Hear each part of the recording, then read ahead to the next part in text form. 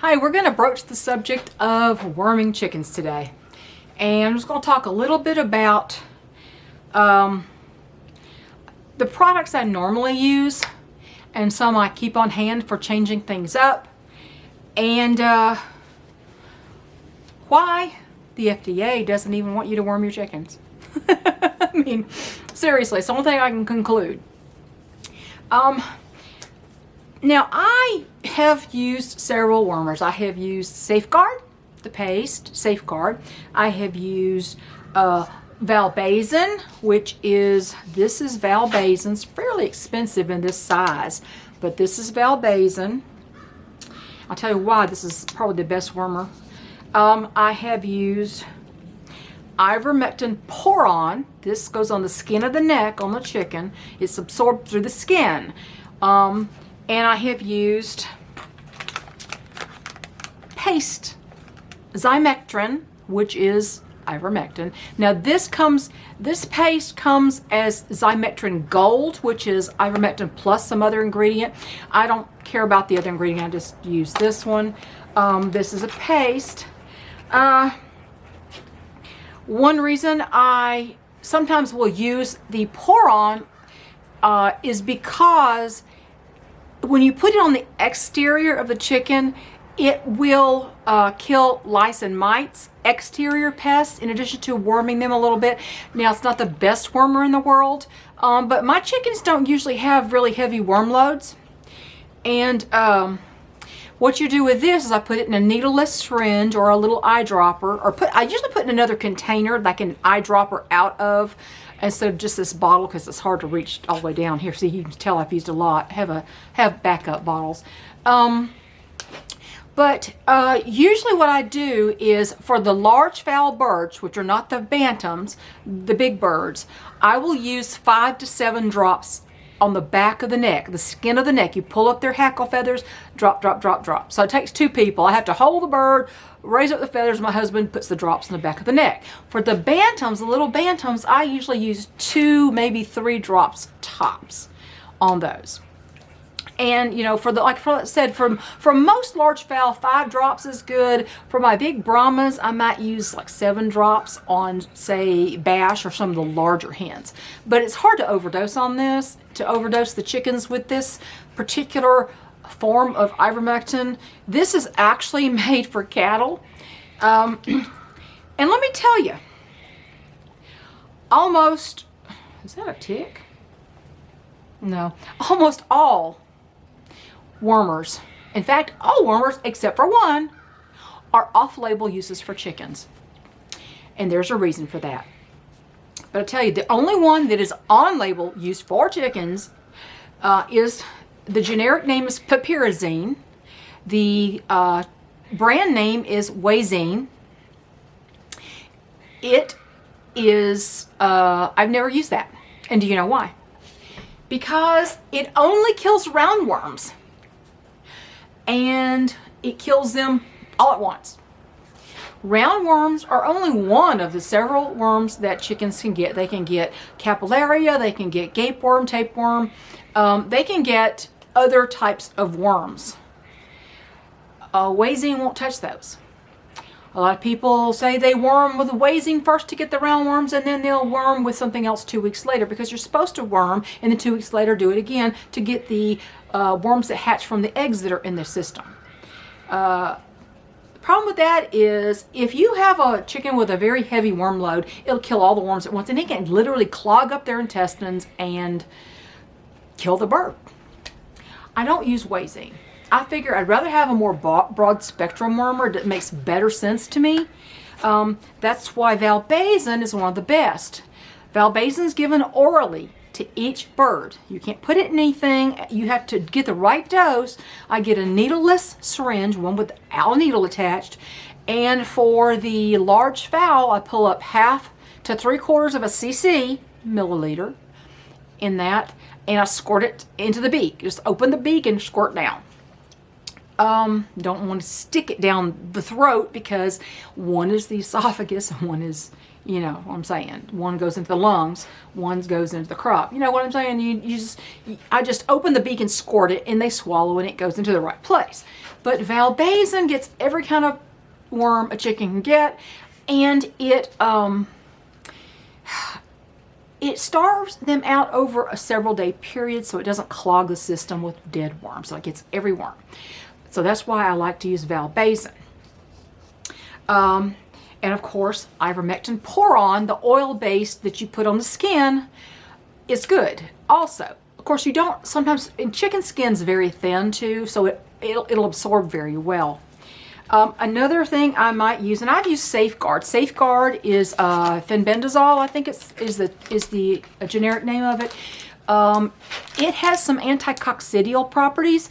I haven't used that in a few years. I don't really worm my chickens very much. Mine are free range most of the time, not in the winter, but they usually free range. And free range birds have less need of worming in general than ones that are penned 24/7. Now, Zimectrin, this Ivermectin for worming chickens. This particular one is the veterinary option, of course, and this is created for, of course, horses, this particular form of it. It comes in a big syringe, and this entire dose, this entire syringe, is meant to be squirted in a horse's mouth for a 1,200-pound horse. However, I don't want to take it out of this packet. I want to show you something if I can.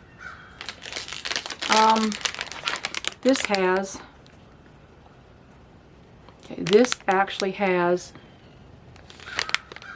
weight measurements. And you pull this out and you put this ring down at a certain spot, and it stops it from going past a certain weight.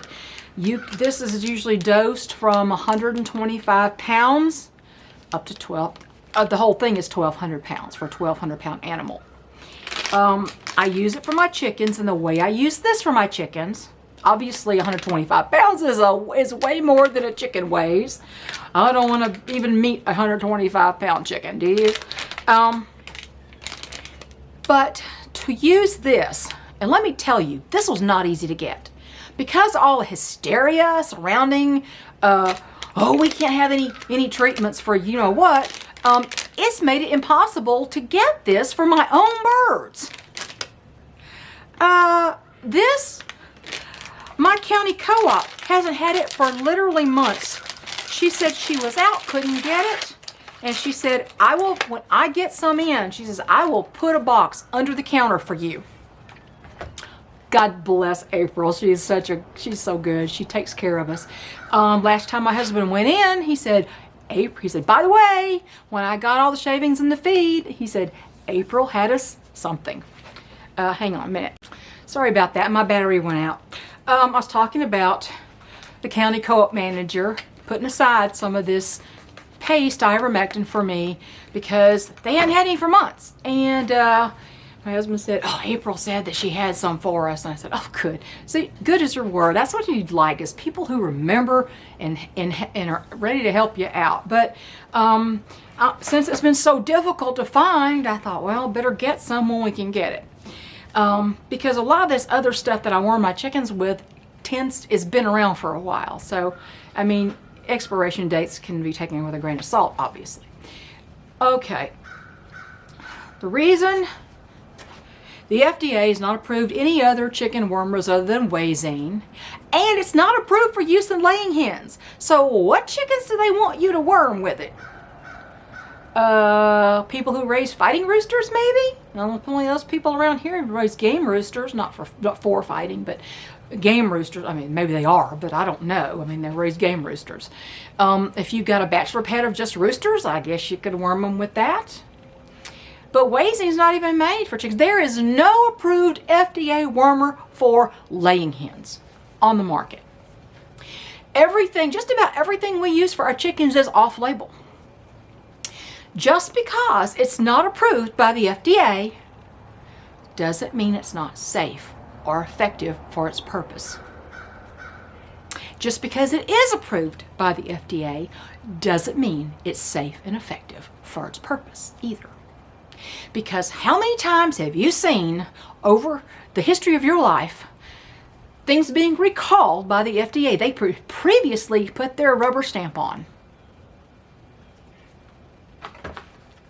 So, we have two forms of ivermectin. This is harder to figure out a measurement for. So, I would never use this for what some humans are using it for. I would never do that. There's no way to know, because chicken skin, and also, you know, I mean, this is good for cattle, obviously, and they got they have a hide. They don't have skin, they got hide. And if that penetrates hide, I guess you can penetrate hide, but I would wonder how much was absorbed when using this particular kind.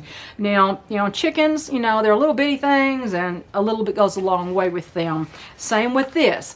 The way you use a paste wormer such as Safeguard or Zimectrin would be, and the way I do it, let's just say this is the way I do it. This is entirely, there's no instructions for this. This is just the general consensus among most chicken breeders, is a pea size or a couple of pea size squirts into the mouth. Just kind of squirt it out, put it on their beak, you know, open their mouth and swipe it on the side of the beak so that they have to swallow it. Probably tastes terrible, but I mean, I don't know how this tastes. Probably tastes awful. Can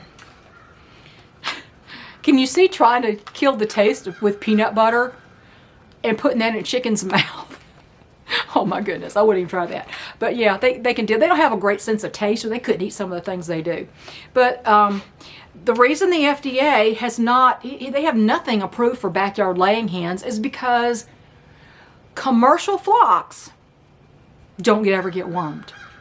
That's all they care about. That's all the government cares about. That's all the USDA cares about, is the commercial flocks. They don't care about your backyard flocks.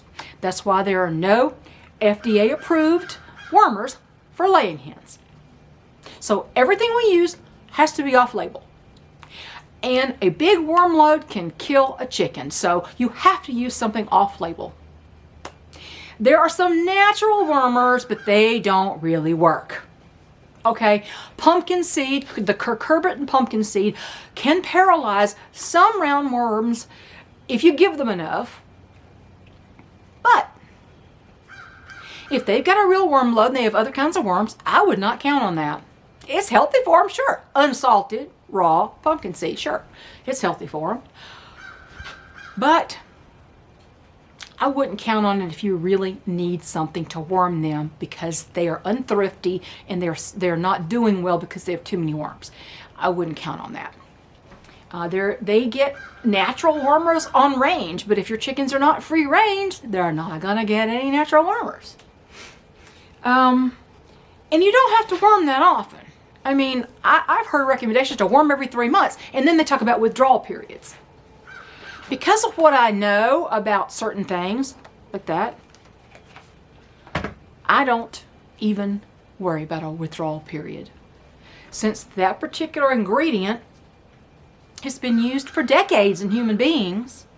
And so I've extrapolated from that, using my own brain, that if I give it to a chicken and there's very little residue comes out in the eggs anyway, if any, what would be the point of a withdrawal period? So I just keep eating the eggs. No problem. So there is my talk on worming chickens. This is not a comprehensive talk about all the wormers and all the dosages, but that's just the way I do it. And I've been known to worm my birds no more often than 6 months from the last time, and usually it's once a year. Okay, and I don't. If the only time I might do it more than that is if I see a worm in somebody's poop. That was the reason the first time I ever wormed my birds, they were 2 years old. I mean, when I first got them, you know, when they were 2 years old. And the reason is I saw a round worm in the poop of one of the roosters, and I thought, okay, guess it's time to worm them for the first time. So there you go. There's my take on that. FDA doesn't approve any wormers for chickens. The reason is commercial flocks don't live long enough to be wormed. They don't even get on the ground to get worms. So they don't care about your backyard flock. You have to do off-label things for chickens all the time. Just because the FDA doesn't approve it doesn't mean it's not safe and effective. Just because the FDA does approve it doesn't mean it's safe and effective. So, hope this was helpful for you today. And I'm Cole, so I'm going back in the house. Bye, y'all.